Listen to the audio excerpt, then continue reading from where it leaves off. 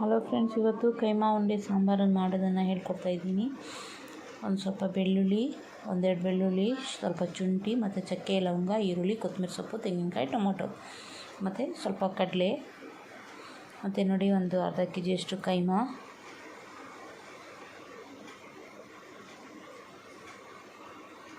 ನೋಡಿ ಅರ್ಧ ಕೆಜಿಯಷ್ಟು ಕೈಮಾ ಮತ್ತು ನೋಡಿ ಇಷ್ಟೆಲ್ಲ ಐಟಮ್ನ ಮಿಕ್ಸಿಗೆ ಹಾಕ್ಕೊಳ್ಬೇಕು. ಇವಾಗ ನಾನು ಬೆಳ್ಳುಳ್ಳಿ, ಈರುಳ್ಳಿ, ಚಕ್ಕೆ, ಲವಂಗ, ಕೊತ್ತಂಬರಿ ಸೊಪ್ಪು ಇಷ್ಟನ್ನು ಗ್ರೈಂಡ್ ಮಾಡ್ಕೊಳ್ತಾ ಇದ್ದೀನಿ. ಇದು ಗ್ರೈಂಡ್ ಆದಮೇಲೆ ಇದು ಮಿಕ್ಸಿಗೆ ಹಾಕ್ಕೊಂಡು ಪೇಸ್ಟ್ ಮಾಡ್ಕೊಳ್ಬೇಕು. ನೆಕ್ಸ್ಟು ತೆಂಗಿನಕಾಯಿ ಮತ್ತು ಟೊಮಾಟೊ ಹಣ್ಣು ಅದನ್ನು ಗ್ರೈಂಡ್ ಮಾಡ್ಕೊಳ್ಬೇಕು. ಅದಾದಮೇಲೆ ಅದು ಗ್ರೈಂಡ್ ಆದಮೇಲೆ ನೋಡಿ ಗ್ರೈಂಡ್ ಮಾಡ್ಕೊಳ್ತಾ ಇದ್ದೀನಿ. ಅದಾದ ನಂತರ ಕಡಲೆನ ಜಾರಲ್ಲಿ ಹಾಕಿ ಅದನ್ನು ಪೌಡ್ರ್ ಮಾಡ್ಕೊಳ್ಬೇಕು. ಪೌಡ್ರ್ ನೋಡಿ ಕಡಲೆ ಹಾಕ್ತಾಯಿದ್ದೀನಿ. ಕಡಲೆ ಹಾಕಿಬಿಟ್ಟು ಅದನ್ನು ನೈಸಾಗಿ ಪೌಡ್ರ್ ಮಾಡ್ಕೊಳ್ಬೇಕು. ನೋಡಿ ಪೌಡ್ರ್ ಆಗಿದೆ.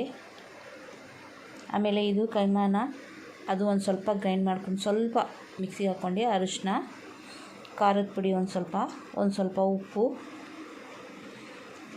ಮತ್ತು ಒಂದು ಸ್ವಲ್ಪ ಅದು ಹುರ್ಗಡ್ಲೆನ ನಾವು ಪೌಡ್ರ್ ಮಾಡ್ಕೊಂಡಿದ್ವಲ್ಲ ಅದು ಹಾಕ್ಕೊಂಡು ಅದನ್ನು ಚೆನ್ನಾಗಿ ಮಿಕ್ಸ್ ಮಾಡ್ಕೊಳ್ಬೇಕು.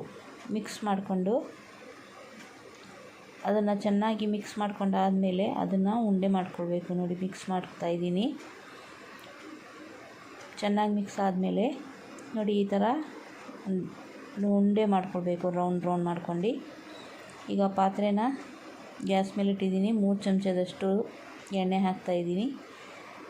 ಎಣ್ಣೆ ಬಿಸಿ ಆದಮೇಲೆ ಬೆಳ್ಳುಳ್ಳಿ ಶುಂಠಿ ಪೇಸ್ಟ್ನ ಮಾಡ್ಕೊಂಡಿದ್ನಲ್ಲ ಅದನ್ನು ಹಾಕಿ ಚೆನ್ನಾಗಿ ಫ್ರೈ ಮಾಡ್ಕೊಳ್ಬೇಕು. ಚೆನ್ನಾಗಿ ಫ್ರೈ ಆದಮೇಲೆ ಅದು ನೋಡಿ ಚೆನ್ನಾಗಿ ಫ್ರೈ ಆಗ್ತಾಯಿದೆ. ಚೆನ್ನಾಗಿ ಫ್ರೈ ಆದಮೇಲೆ ಅರಿಶಿನ ಪುಡಿ, ಖಾರದ ಪುಡಿ, ಉಪ್ಪು ಅದನ್ನು ಹಾಕಿ ಅದನ್ನು ಮಿಕ್ಸ್ ಮಾಡ್ಕೊಳ್ಬೇಕು. ಅದು ಮಿಕ್ಸ್ ಆಗ್ತಾಯಿದೆ. ಚೆನ್ನಾಗಿ ಅದು ಮಿಕ್ಸ್ ಆಗಿ ಚೆನ್ನಾಗಿ ಫ್ರೈ ಆದಮೇಲೆ ಮಸಾಲೆನ ಚೆನ್ನಾಗಿ ಫ್ರೈ ಆದಮೇಲೆ ಕಾಯಿ ಟೊಮೊಟೊನ ಅದನ್ನು ಆ ಮಸಾಲೆ ಜೊತೆಲೇ ಹಾಕಬೇಕು. ಹಾಕಿಬಿಟ್ಟು ನಮಗೆ ಎಷ್ಟು ನೀರು ಬೇಕು ಅಷ್ಟು ನೀರು ಹಾಕಿ ಅದನ್ನು ಮಿಕ್ಸ್ ಮಾಡಬೇಕು. ನಮಗೆ ಎಷ್ಟು ಬೇಕೋ ಅಷ್ಟು ನೀರು ಹಾಕ್ಕೊಳ್ಳಿ. ಗಟ್ಟಿ ಅಂದರೆ ಗಟ್ಟಿ ಮಾಡಿ, ತೆಳು ಅಂದರೆ ತೆಳು ಮಾಡ್ಕೊಳ್ಳಿ. ಇವಾಗ ನೋಡಿ ಸಾಂಬಾರು ಕುದೀತಾ ಇದೆ. ಅದನ್ನು ಕೈಮಾ ಉಂಡೆ ಹಾಕಿಬಿಟ್ಟು 10 ನಿಮಿಷನ ಬಿಡಬೇಕು. 10ರಿಂದ 15 ನಿಮಿಷ. 10ರಿಂದ 15 ನಿಮಿಷ ಬಿಟ್ಟಾದಮೇಲೆ ನೋಡಿ ನಮ್ಮ ಕೈಮಾ ಉಂಡೆ ಸಾಂಬಾರು ರೆಡಿಯಾಗಿದೆ. ಹೇಗಿದೆ ಅಂಥೇಳಿ ನೀವು ಮನೇಲಿ ಟ್ರೈ ಮಾಡಿ ನೋಡಿ, ಮತ್ತು ಕಮೆಂಟ್ಸ್ ಮಾಡಿ, ಮತ್ತು ಶೇರ್ ಮಾಡಿ, ಮತ್ತು ಸಬ್ಸ್ಕ್ರೈಬ್ ಮಾಡೋದನ್ನು ಮರಿಬೇಡಿ. ನೆಕ್ಸ್ಟ್ ರೆಸಿಪಿ ಮಾಡೋವರೆಗೂ ನಿಮ್ಮ ಎಲ್ಲರಿಗೂ ಬಾಯ್.